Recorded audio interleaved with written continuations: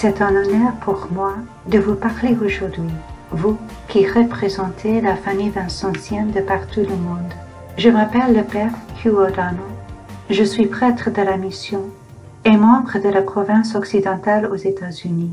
Au cours de mes presque 60 ans de sacerdoce, j'ai eu la grâce de rencontrer et connaître les branches de la famille vincentienne du monde entier. Il y a bientôt 30 ans, en 1993, j'ai été envoyé en mission à la province chinoise, au Taïwan. De là, j'ai eu beaucoup d'occasions de rencontrer la famille vincentienne en Chine. Cela m'a également permis de connaître la famille vincentienne en Asie et en Océanie, Indonésie, Inde, Philippines, Japon, Corée, Australie et le Fidji. Pendant 6 ans, j'ai fait partie de l'équipe internationale de formation à Paris, où j'ai fait connaissance des lazaristes du monde entier. Avant cela, j'avais étudié en Suisse et avais pu rencontrer des membres de la famille vincentienne en Europe, notamment de Pologne, de Roumanie et d'Ukraine. En 1980, le supérieur général a invité notre province à assumer une mission au Kenya, ce qui nous a introduit à la fois l'énergie et les promesses du peuple du Kenya et d'Éthiopie. Je suis donc très contente de me rappeler et de chérir ces souvenirs, ces grâces en vous parlant aujourd'hui. J'aimerais bien vous voir, bavarder avec vous, mais je porte la famille vincentienne dans mon cœur et attends avec impatience la prochaine occasion de vous rendre visite. Saint Vincent était un homme d'action, tout le monde le sait. Il a mis en garde ses communautés contre les formes de prière qui ne conduisent pas à l'action. Il croyait que la prière affective, sans être effective, est incomplète et nous amène à nous tromper. Il comprenait et appelait les autres à poursuivre la mission même du Fils de Dieu. Le principe qui l'orientait, c'était toujours de faire ce que Jésus a fait et de le faire de la manière que Jésus l'a fait. La question « Quel remède à cela ?» nous met au défi encore aujourd'hui. Il est donc surprenant d'apprendre que, au XXe siècle, certains chercheurs parlent de Vincent en tant que mystique. Le premier à le faire, c'est l'éminent historien de l'école française de spiritualité, Henri Bremont. Luigi Mazzari écrit de Bremont. Il a étudié Vincent dans ses dimensions psychologiques et spirituelles afin de mettre en lumière l'expérience mystique au cœur de son être. Bremont écrit de Vincent, c'est son mysticisme qui nous a donné le plus grand des hommes d'action.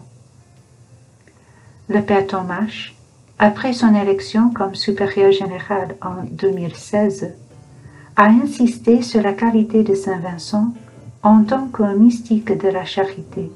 Dans sa lettre à la famille vincentienne pour la fête de Saint Vincent cette année, il a invité la famille vincentienne, vous et moi, à réfléchir sur le sens de la mystique de la charité dans notre propre vie, c'est-à-dire nous aussi, nous sommes mystiques de la charité. C'est notre vocation. Parler de Vincent en tant que mystique de la charité est une nouveauté, je le reconnais. Mais cela nous renvoie à ce que nous avons toujours su et vécu, à savoir que le mystère de l'amour de Dieu est au cœur de l'incarnation et résume son amour de l'humanité, de chaque personne, et tout spécialement des pauvres. Notre vocation, c'est d'être des mystiques modernes. Il y a une citation célèbre de Karl Rahner, peut-être le connaissez-vous. Il pensait que, dans l'avenir, les chrétiens seront des mystiques ou ils ne seront pas des chrétiens. Longtemps, lorsque je réfléchissais sur ces paroles, je pensais qu'il parlait de l'avenir et d'autres personnes. Maintenant, je me rends compte qu'il parlait de moi, de vous, de nous, qu'il parlait de nous maintenant Notre défi, c'est d'être ou de devenir des mystiques. Aujourd'hui, c'est un défi important pour l'Église du monde entier et pour la famille vincentienne. C'est un appel à l'intériorité, à cette relation mystique avec le mystère de l'amour de Dieu pour toute l'humanité au sein du mystère du salut. De nos jours, il y a beaucoup de scepticisme et de doute, de désinformation et de fake news. Nous avons besoin de nous centrer sur la vérité et l'amour. Nous devons entrer dans le mystère de l'amour de Dieu, faire l'expérience de l'amour de Dieu pour le monde et pour chaque personne. Heureusement, il y a plus d'intérêt porté à la prière et au mystique et à l'appel de devenir nous aussi des mystiques. C'est vital car nous sommes appelés pas simplement à croire en Dieu, mais à communiquer la présence de Dieu dans notre vie, au monde. En tant que disciples de Vincent, nous sommes appelés à communiquer l'expérience qui nous unit à Jésus-Christ. Il s'agit de l'expérience de l'amour et de la présence de Dieu. Nous sommes également appelés à communiquer l'expérience qui nous permet de découvrir le Christ présent dans la personne des pauvres. Le mysticisme s'agit de notre expérience de Dieu. L'expérience. Nous avons besoin d'être des mystiques afin de nous ouvrir les yeux à ce que Dieu fait dans le monde aujourd'hui, de croire au potentiel immense que Dieu a donné à un monde de presque 8 milliards de personnes, la plupart les jeunes. Dieu croit à l'homme. Dieu croit à l'homme à travers nous. C'est le mystère de l'amour de Dieu pour l'humanité. Dieu nous a aussi donné la grâce de décider de voir le monde non pas comme un problème, mais à travers le prisme de l'amitié et de la compassion, de la miséricorde et de l'amour. L'avenir appartient aux mystiques de la charité. Lors d'une explosion nucléaire, une grande quantité d'énergie se dégage. Notre vocation, c'est de dégager l'énergie de l'amour de Dieu, cette énergie que Dieu a mise dans notre cœur et dans le cœur de nos frères et sœurs, de dégager l'énergie de l'amour. Le mysticisme consiste à être amoureux de Dieu, qui est amoureux de l'humanité. Nous avons la grâce d'aimer Dieu de tout notre cœur, de toute notre âme, de toute notre intelligence et de toutes nos forces. C'est l'amour de Dieu qui a été répandu dans nos cœurs par l'Esprit Saint qui nous a été donné, dit Saint Paul. L'amour de Dieu affirme en nous la conviction de Saint Paul. Ni la mort, ni la vie, ni les anges, ni les principautés célestes, ni le présent, ni l'avenir, ni les puissances, ni les hauteurs, ni les abîmes, ni aucune autre créature, rien ne pourra nous séparer de l'amour de Dieu, qui est dans le Christ Jésus, notre Seigneur. Quelle force, quelle beauté dans ces paroles! Nous, les membres de la famille vincentienne, sommes appelés aujourd'hui d'accueillir l'aspect mystique de notre tradition. Cela peut sembler une nouveauté, mais depuis presque 100 ans, les chercheurs reconnaissent que Vincent est un mystique. Cependant, ils parlent de lui en tant que mystique de l'action. Dans les années 1920, Henri Bremont, l'éminent historien de la spiritualité française, a dit de Saint Vincent: « C'est son mysticisme qui nous a donné le plus grand des hommes d'action. » À ma connaissance, notre confrère italien, Giuseppe Toscani, était le premier à parler de Vincent en tant que mystique de la charité. Dans son livre « La mystique des pauvres, le charisme de la charité », publié en italien en 1986, en français en 1998 et en anglais en 2012. Toscani écrit: Dans un siècle, le XVIIe siècle bien sûr, un siècle de grands mystiques, Saint Vincent se distingue comme le plus grand mystique de l'amour de Dieu. Toscani aborde Vincent de manière intuitive, contemplative et méditative, au lieu d'une manière académique et analytique. Il croit que c'est la démarche même de Vincent. Toscani accorde une grande importance aux dimensions mystiques de l'amour de Dieu pour l'humanité dans la vie de Vincent. Il croit que nous avons trop souvent négligé, oublié cette dimension de la vie de Vincent. Il reconnaît l'expérience mystique au cœur de la vie de Vincent, qui est la source de l'énergie et de la grande vitalité de Vincent. Vincent avait des amis, des accompagnateurs spirituels, mystiques. Il a appris de ses amis et son entourage mystique, mais il n'a pas emprunté le chemin. Or, qu'est-ce qu'il a appris d'eux? Les maîtres spirituels de son temps ont été Saint Vincent. Le cardinal de Bérulle l'a conduit à réfléchir sur le mystère de l'incarnation et à vivre son sacerdoce comme une relation personnelle avec le Christ prêtre.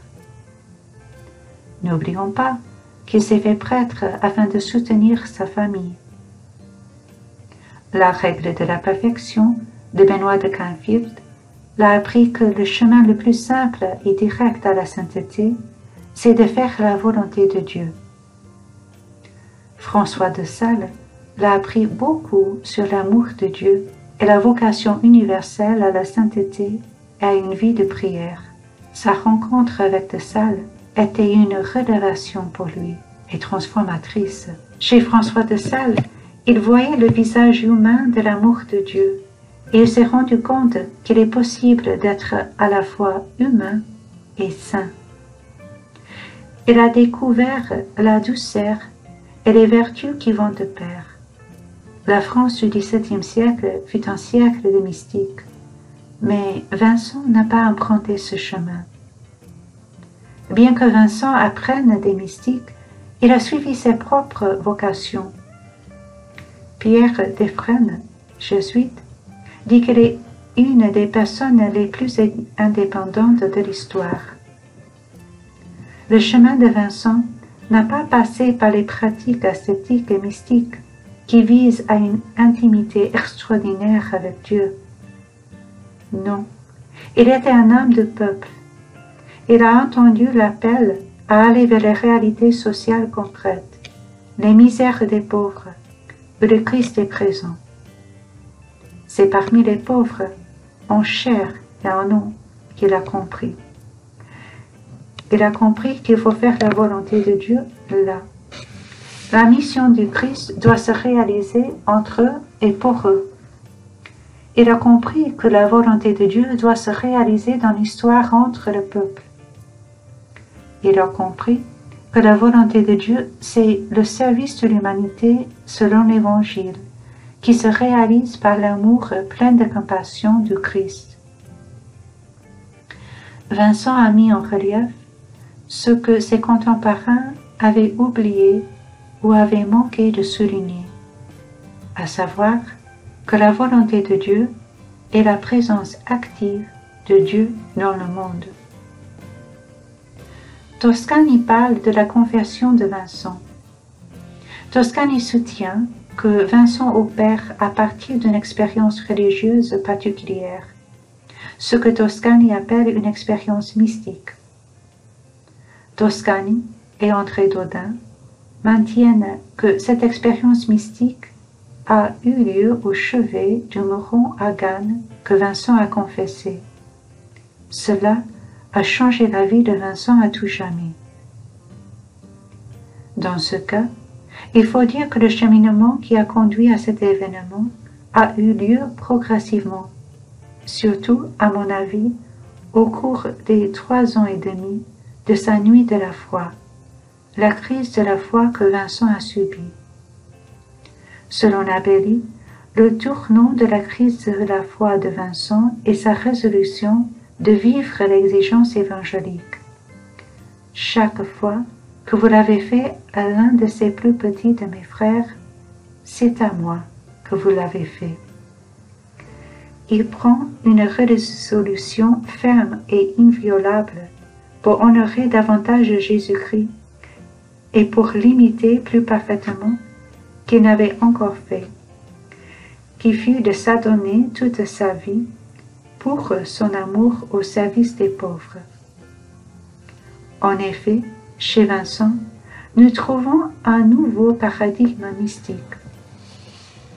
Toscani dit: Vincent effectue une véritable révolution copernicienne, mettant au centre de la vie non pas une idée du Christ, encore que sublime, mais la réalité de l'incarnation, dans la dimension la plus vaste, c'est-à-dire qui embrasse toute âme. Vincent est devenu le prochain même du dernier des âmes, comme Dieu, dans le Christ, le nouveau paradigme de l'amour passionné de notre Dieu et de l'humanité. Le père Thomas McKenna, notre confrère, écrit de manière émouvante. Toscani déplace l'attention des actions de Vincent vers leur source, vers le carburant de son moteur, pour ainsi dire. Cette source de son énergie, c'est la forte fascination de Vincent pour l'amour de Dieu. Mieux, pour le fait que Dieu aime. Vincent est pris dans le champ de force de cet amour incessant. Avec le temps, elle est de plus en plus enchantée par le don pur de Dieu, par ce que saint Paul appelle l'effusion de l'Esprit de Dieu. Ce nouveau paradigme repose sur l'incarnation. L'expérience de Dieu de Vincent passe par le mystère de l'incarnation et de l'amour gratuit de Dieu à l'égard de toute personne, surtout des pauvres. Le Verbe s'est fait chair pour le bien de l'humanité. L'incarnation exprime l'amour passionné de Dieu pour chaque personne. Chacun de nous est une expression unique, une révélation unique de l'amour créateur de Dieu. Par l'incarnation, le Verbe fait chair accueille toute personne et toute condition humaine. C'est un appel à accompagner les démunis et à entrer dans le mystère de la souffrance, le mystère de la croix. C'est un mystère de compassion profonde pour nos frères et sœurs qui souffrent. Le fait que le Verbe fait chair assume toute condition humaine mène au mystère pascal, au mystère de la croix et à la compassion envers l'humanité souffrante. Avec ce nouveau paradigme, nous embrassons le mystère du pauvre et le monde du pauvre, car, selon Vincent, c'est le vrai sens de la volonté de Dieu.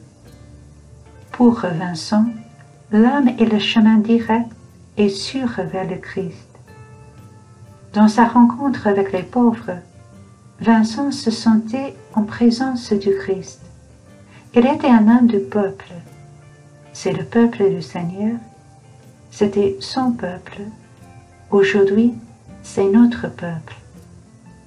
Sa proximité avec les pauvres le fait découvrir leur grandeur et leur don pour le bien du royaume. Il a découvert la dignité et les a aimés en tant que membre du corps du Christ. De nos jours, le pape François nous fait comprendre que les pauvres sont également les agents de réconciliation et de rédemption pour le monde aujourd'hui. Voici le mysticisme de Vincent. Un mystique voit ce qui est caché, caché dans les Écritures et caché dans le mystère du salut. Le don de Vincent était de voir ce qui est caché dans la vie des personnes, surtout les souffrants et les démunis. Pour s'approcher de ce mystère, Vincent avait besoin, et nous avons besoin, des yeux et du cœur de Jésus et du Père. Nous n'arrivons pas au mystère des pauvres par l'analyse, mais par la présence, la reconnaissance, l'empathie, la fraternité et l'amour. Pour Vincent, le chemin vers Dieu passe par le chemin du peuple et le monde des pauvres.